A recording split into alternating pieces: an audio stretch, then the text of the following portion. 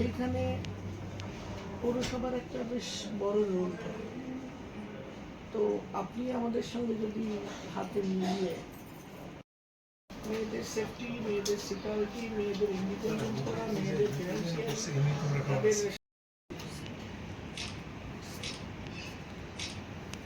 একটু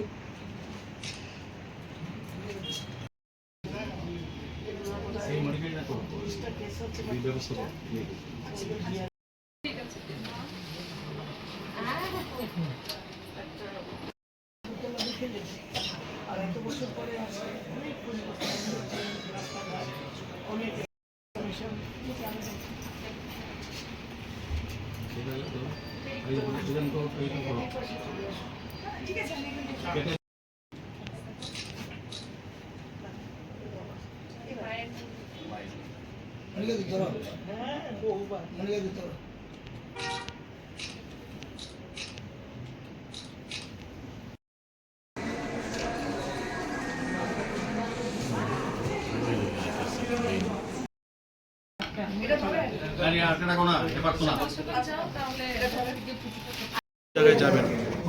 দেখুন, অনেক কর্মসূচি আজকে যেমন সরকারি মেডিকেল কলেজ ইন্সপেকশন করলাম, সেখানে প্রসূতি বিভাগে বা গাইনি মেয়েদের কী অবস্থায় আছে, কেমন চিকিৎসা চলছে, কোন জায়গায় ফাঁকি রয়েছে, কোন জায়গায় গাফিলতি, সেগুলো রিপোর্টিং করা এবং করেসপন্ডিং প্রিন্সিপাল, সুপারিনটেন্ডেন্ট, মেডিকেল ডিরেক্টরের সঙ্গে বসে এগুলো সংশোধনে পরে যাতে আরও বেটার পরিষেবা দেওয়া যেতে পারে সেগুলো আমাদের কাজ। আমি আজকে সেটা করলাম।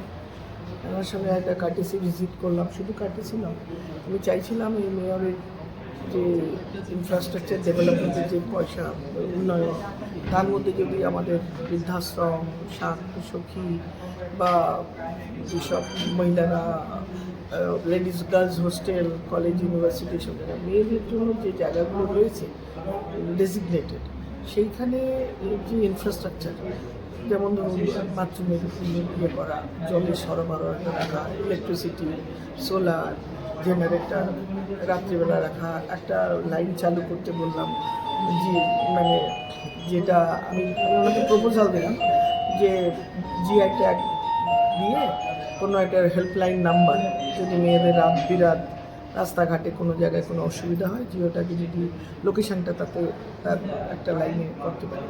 প্রপোজালটা উনি খুব ভালো শুনলেন, উনি রাজিও হয়েছেন। এইগুলো ছাড়াও আমাদের একটা ক্যাপাসিটি বিল্ডিংয়ের একটা প্রোগ্রামের প্রপোজাল আছে।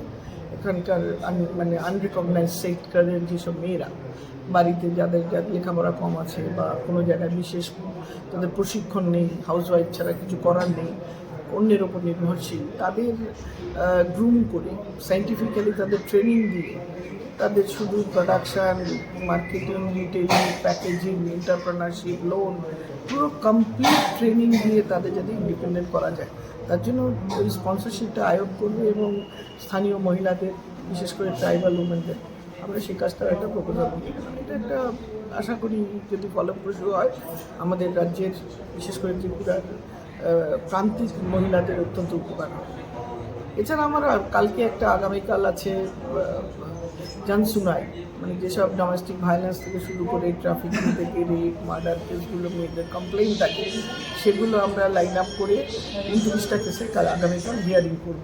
সমস্ত পুলিশ এবং পুলিশের যাদের কাছে ফাইল আছে এবং যত ডালসার যে অ্যাডভোকেটস, আমরা কমিশন আয়োগ সবাই থেকে এটাকে সর্ট আউট করে ক্লোজ করা, মেয়েদের সুবিচার তাড়াতাড়ি দেওয়া, এই কাজটা করব।